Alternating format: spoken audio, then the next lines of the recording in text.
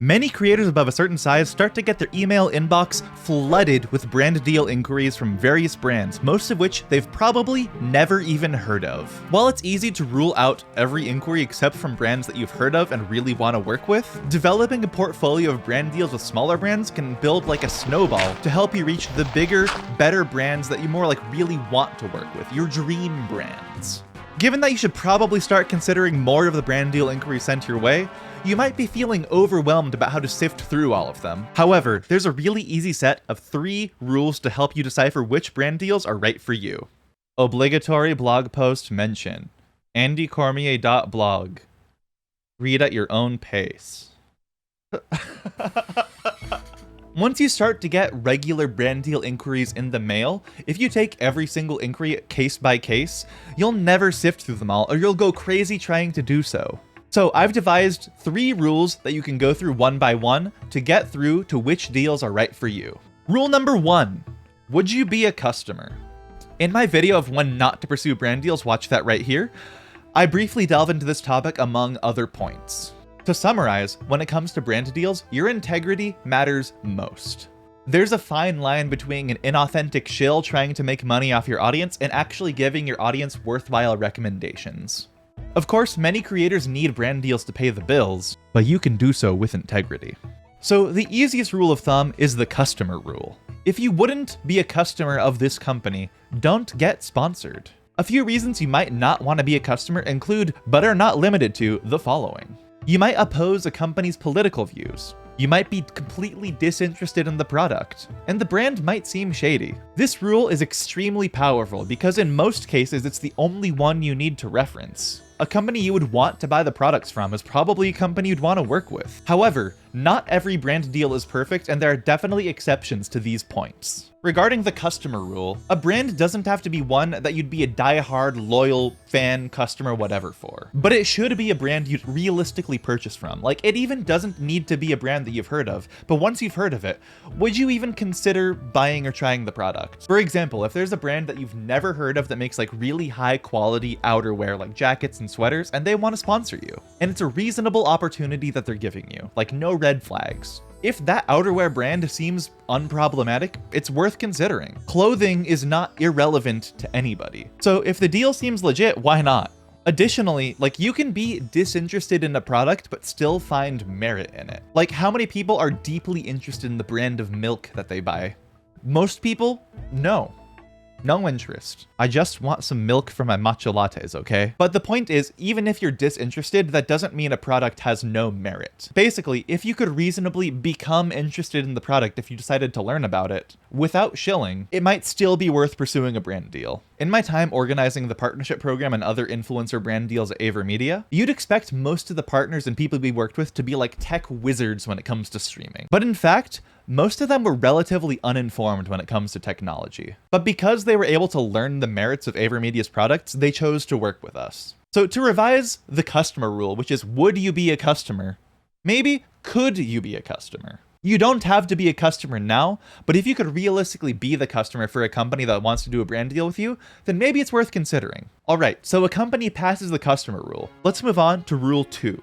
Is it relevant for your audience? Even if you might buy the product or service you're promoting in a brand deal yourself, would your audience do the same? Is this product relevant and appropriate to the audience that you make content for? And is it at least somewhat congruent with the subject matter of your content? At least not incongruent. Like, for example, if you make content related to productivity, your audience would probably not be interested in you selling a mobile game to them. If you make gaming related content, like if you were sponsored by a childcare brand, your audience would probably not find that relevant, because in most cases, if you make gaming, your audience probably is the children that are being cared for, or teens at least, who don't have kids. And on that note, if you're a creator and your audience is primarily like people under 18, you probably shouldn't accept brand deals from more adult-oriented companies like Adam and Eve. Not every brand deal needs to be perfectly relevant for your audience, but don't promote products that are irrelevant or inappropriate for your audience. That is a surefire way to lose some integrity. And if you lose brand deal integrity from your audience, then every brand deal you do in the future will be less effective. But circling back to the don't be irrelevant side, look at the brand deals that you see everywhere, like Manscaped or Raid Shadow Legends or various VPNs.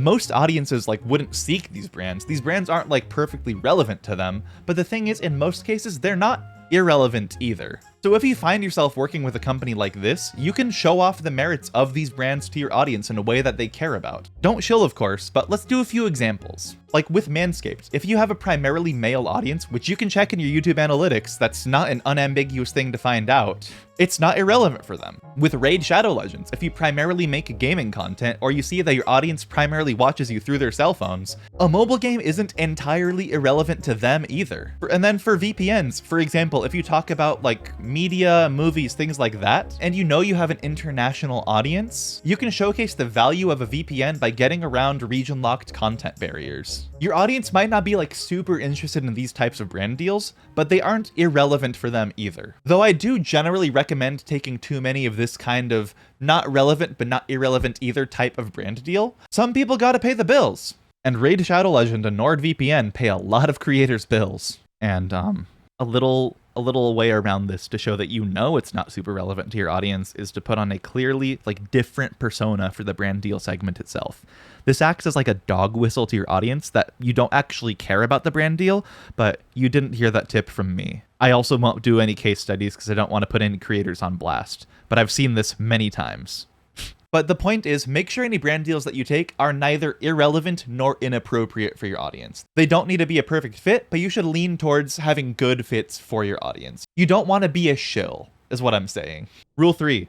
Does the deal itself have red flags? I highly recommend that you watch my videos on the types of brand deals to know the red flags and what to avoid, as well as when not to take brand deals to sort of have a better sense of this topic. But here are a few areas to consider. In this brand deal, will you get something upfront? This can be product or payment. If you don't get anything upfront, or worse, you have to buy the products yourselves, it is an absolute red flag. Next, is it just an affiliate program? Affiliate programs in and of themselves are not problematic, like in the case of Amazon Associates is completely self-driven. Even then, some affiliate programs have amazing payouts, like 50+%, though these are the exception, not the norm. In most cases, if a brand deal is only an affiliate program and it has posting requirements and you don't get something upfront, it's a red flag. Last, do you just feel like there's something off about the company? Notice things like odd typos, improper grammar, and excess requests for information or signing up for platforms you don't recognize. Most brand deals do require connecting some of your accounts with some influencer relations management platform.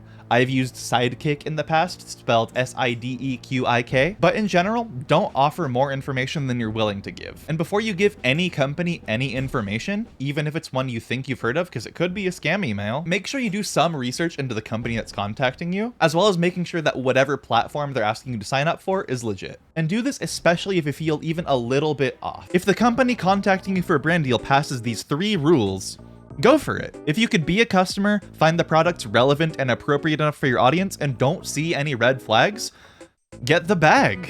There's very little reason not to go for a brand deal in this case. The only other considerations would be like to make sure you have the space in your workload to handle more brand deals, as well as like making sure you're not accidentally breaking any non-compete agreements by working with a competitor for somebody you're already working for. And if you haven't grown to the point where you have that glut of emails in your inbox, I highly recommend watching my video on the major factors companies consider when selecting creators for brand deals. Making yourself more marketable is half the battle when it comes to getting sponsored. Leave a like, subscribe for more, and watch that video right here. Get the bag, get sponsored, and happy creating.